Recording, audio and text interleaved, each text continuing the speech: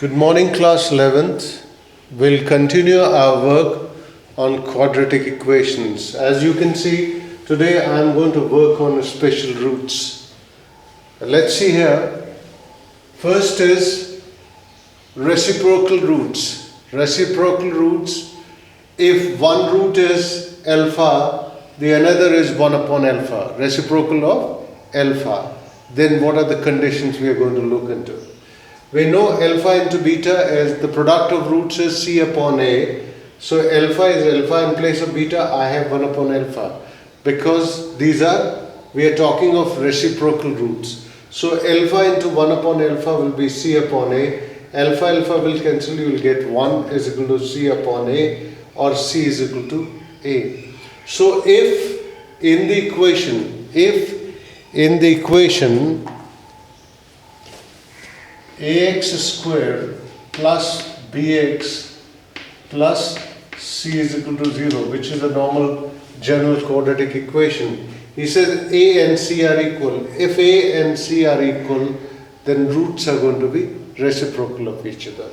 A will be equal to c, then roots are going to be reciprocal.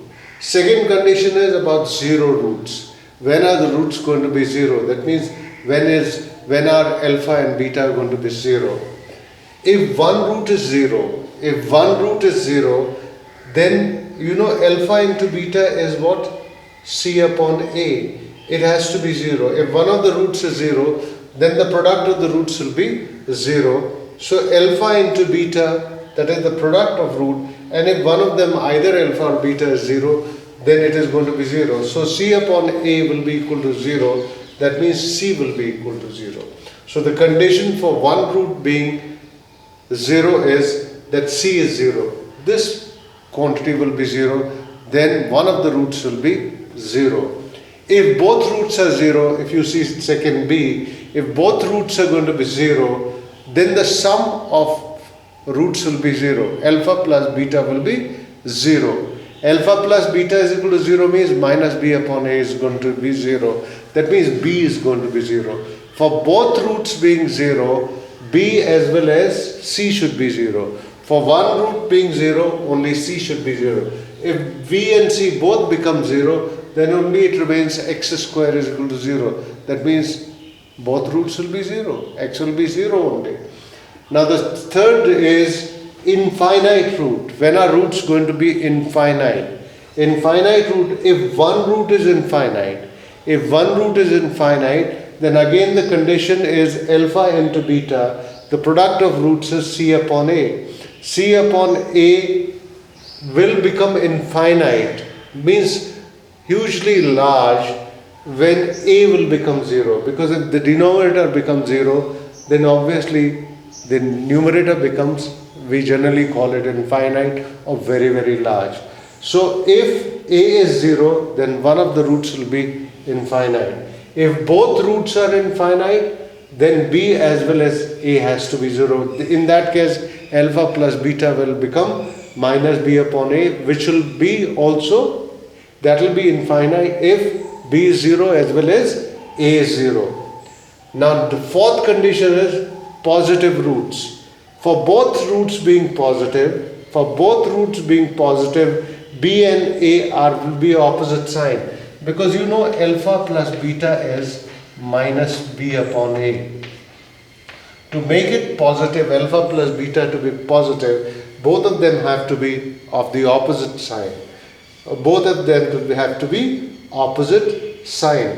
While as alpha beta is equal to c upon a, so make this alpha beta positive. Alpha beta will be positive only if both these C and A are of same sign. C and A have to be of the same sign. Either they have to be both plus or both have to be negative.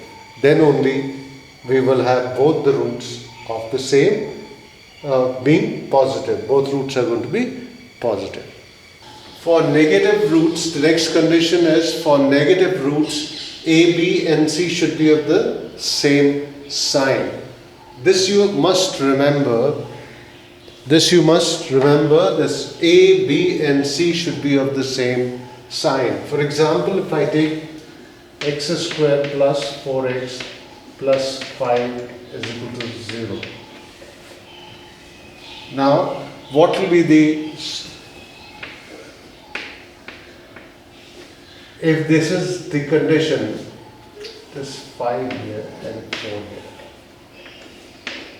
So 4x plus x plus 4 is equal to 0.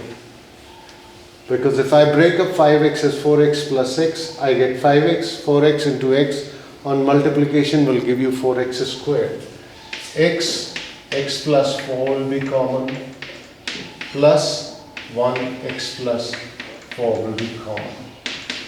Now you will get x plus 4 and x plus 1 is equal to 0. That means x will be equal to minus 4 or x will be equal to minus 1. So both roots are negative. Both roots are negative. We are talking of the negative roots, and for negative roots we said a, b and c should be of the same sign. A is 1 here positive, b is 5 here positive, and c is 4 here positive. So a, b and c are of the same sign. If they are of the same sign, then we are getting negative roots. We are getting negative roots. I give you an example. Now roots of the opposite sign. That means when are the roots are going to be, one is going to be positive, the another is going to be negative. It will occur if alpha into beta is c upon a is negative. Because the product of two roots will be negative if they are of the opposite sign. One of them, alpha or beta, has to be negative. One of them have to be negative so that the roots are of the opposite sign. If the roots are of the opposite sign, suppose in the same example I just take x squared minus 5x plus 4, x squared minus 5x plus 4 is equal to 0. Suppose this is there. And if I factorize it, what will I get? X squared minus 4x minus x plus 4 is equal to 0. So x minus 4 minus 1 x minus 4 is equal to 0. Again you are getting what? X minus 4 x minus 1 to be 0. So you are getting both roots to be positive here. This is something else. It is not the same thing. He says alpha and beta have to be, the one root has to be positive, the another root has to be negative. So C and A will be of the opposite sign. C and A have to be of opposite sign. Here C and A are not of opposite sign. C and A are of the same sign here. That is why you are getting both roots are positive. If you see the condition for positive roots, you will find that C and A were of the same sign. But for opposite roots, for roots of the opposite sign, C and A will have to be of opposite sign. Now the next condition is roots equal in magnitude. That means they have to be same but opposite sign, but with opposite sign. It will occur if alpha plus beta is 0. That means they can be of the sum of the two roots will be 0 if both are of the opposite sign and both have got the same magnitude. Then only alpha plus beta will be 0. So alpha plus beta will be 0 if alpha and beta are of the same magnitude but of the opposite sign. That means minus b upon a should be 0. That means b should be 0. If b is going to be 0, that means this term is going to be 0. If this term is going to be 0, then the roots will be equal in magnitude but opposite sign. For real solutions, A and C should be of opposite sign. For real solutions, A and C should be of opposite sign. Let's look another condition for one root being common. There are two quadratic equations. One is a1x squared plus b1x plus c1 is equal to 0. This is equation 1. There is another quadratic equation in which I have a2x squared plus b2x plus C2 is equal to 0. Now I have to find the condition that if one root is common in both these quadratic equations, what is the condition? Let alpha be the common root. Let alpha be the common root. If alpha is the common root, if alpha is the common root in both these equations, then it will become a1 alpha square plus b1 alpha plus c1 is equal to 0, a2 alpha square plus b2 alpha plus c2 is equal to 0.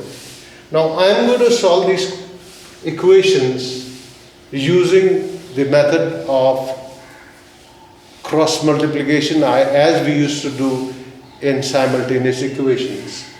Now what we used to do, we will write b1, b2, start from b1, b2, come to c1, c2, then come back to a1, a2, and then the first term, column b1, b2. We always start from, leave it here, second terms, b1, b2, c1, c2, then come back to the first, a1, a2, and then the first column is repeated in the last. Now, how do we write? Alpha square upon b1 into c2, b1 into c2, minus c1 into b2, minus c1 into b2. Alpha square, this is the variable, alpha square upon b1 into c2 minus c1 into b2 will be equal to alpha upon, second here, c1 a2 minus c1 a2 minus a1 c2, then 1, always 1, and a1 b2 and b1 a2.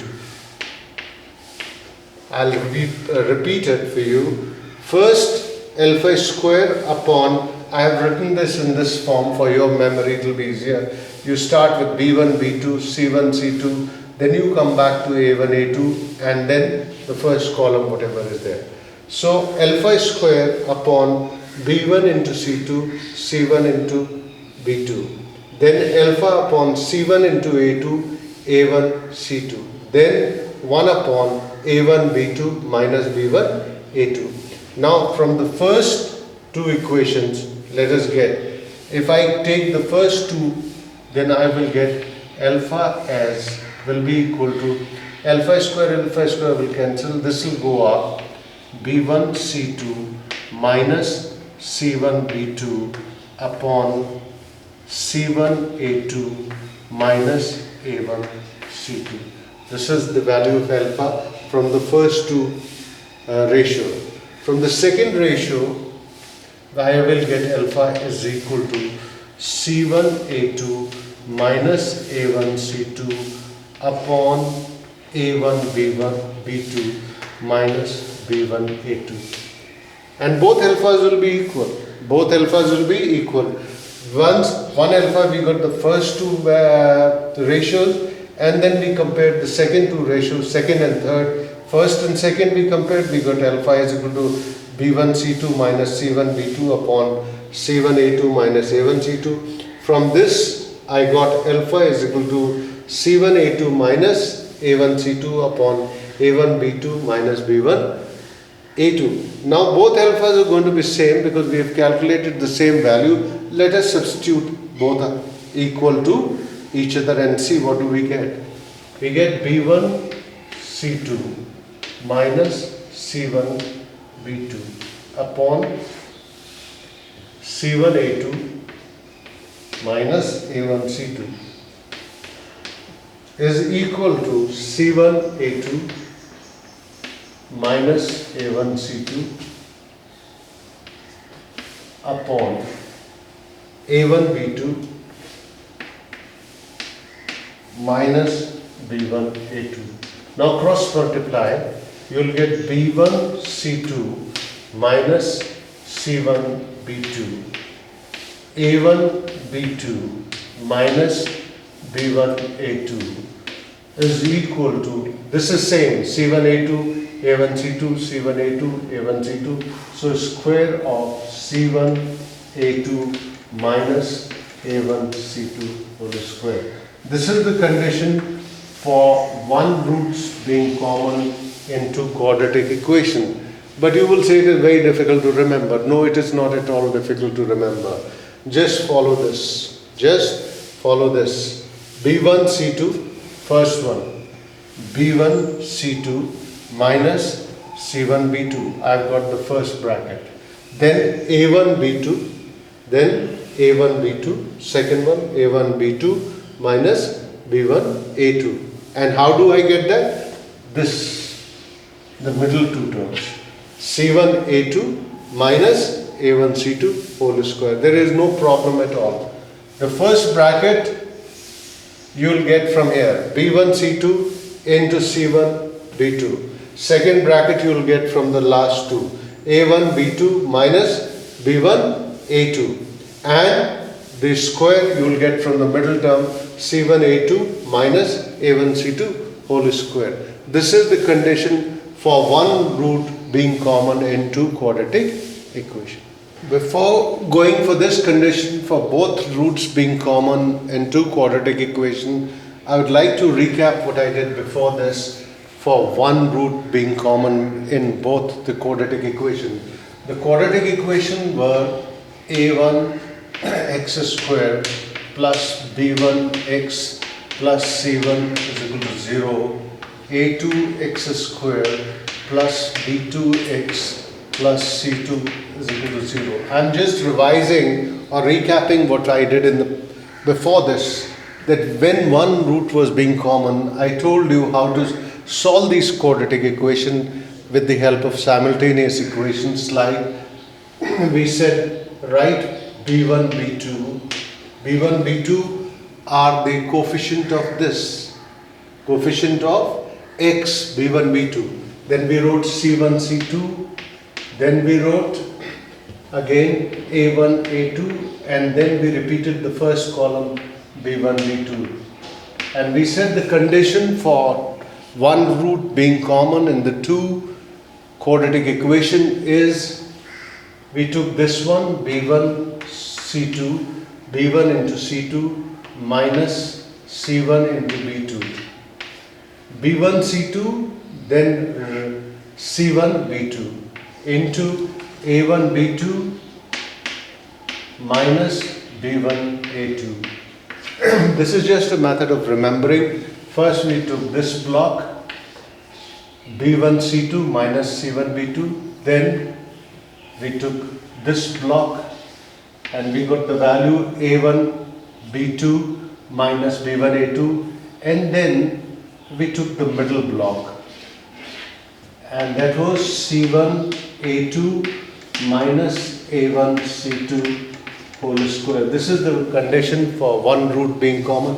They're very simple to remember this way if you remember these four columns, and that columns can be B1 B2 C1 C2 A1 A2, and then again the first column B1 B2. Now we are talking of the two roots being common. Both roots are common in these two quadratic equation. One is A1x square plus B1x plus C1. The another is A2x square plus B2x plus C2. So if alpha beta are the roots which are common in both, if alpha and beta are the two roots which are common, so for first equation,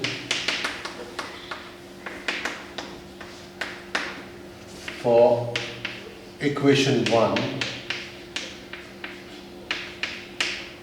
alpha plus beta will be minus b upon a, that is minus b1 upon a1, and alpha into beta will be c1 upon a1.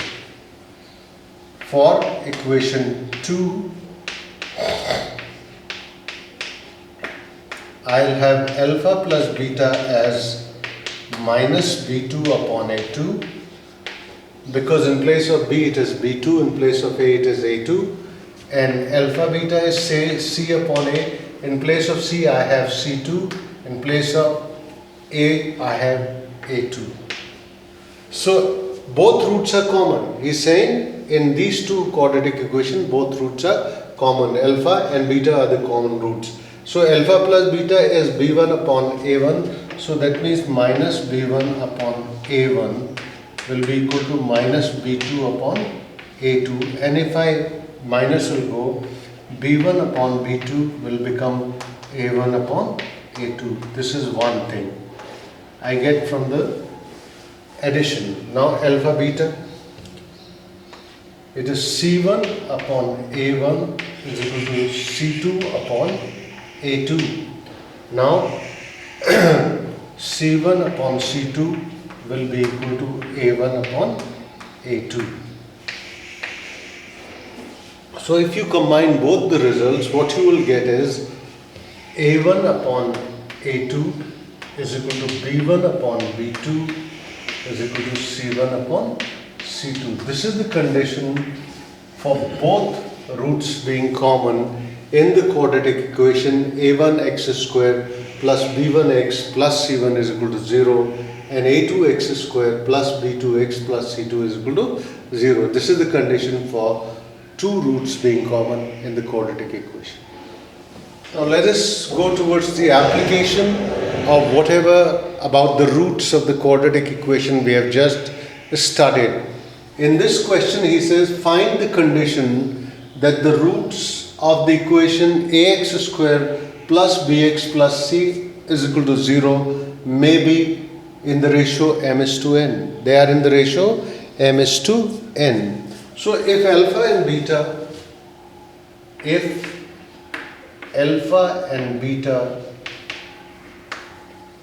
are roots of the equation, alpha beta are the roots, then alpha upon beta is equal to m upon n. That is what it means. Alpha upon beta is equal to the root. The ratio of the two roots is m is to n. So alpha upon beta is m is to n, or alpha will be m upon n into beta. This is equation 1.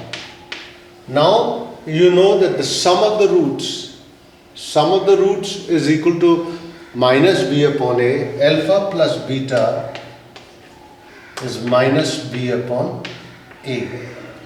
Alpha plus beta, the sum of the roots is minus b upon a, where b is the coefficient of x and a is the coefficient of x square. Let me put the value of alpha here in terms of beta. So it will become m upon n beta plus beta is equal to minus b upon a. Or if I take beta common, it will become m upon n plus 1 is equal to minus b upon a. Or beta will be, if I take LCM n, m plus n is equal to minus b upon a. So from this I'll get the value of beta as, minus b upon a into n upon n plus n. This is the value of beta from here in terms of m and n, because we will have to remove the beta and alpha from that. The second condition of alpha beta is equal to c upon a. Now what is the value of alpha here? M upon beta, m upon n into beta, m upon n into beta will be equal to c upon a. So beta square will be equal to what? C upon a into m into n upon m. If I transfer them to that side, n and m. And what is the value of beta? Value of beta is this. So minus b upon a n upon m plus n whole square will be equal to cn upon am. When you square this, you will get b square n square upon a square into m plus n whole square is equal to Cn upon an. Let us write this in the simplified form. When you see where can we cancel? An can be cancelled with 1n here, a can be cancelled with 1a here, and if we cross multiply, what do we get? We get m into n b square is equal to ac n plus n whole square. This is the condition required for this quadratic equation, that the roots will be, if this is satisfied, if this condition is satisfied, then the roots of this quadratic equations will be in the ratio of m is to n.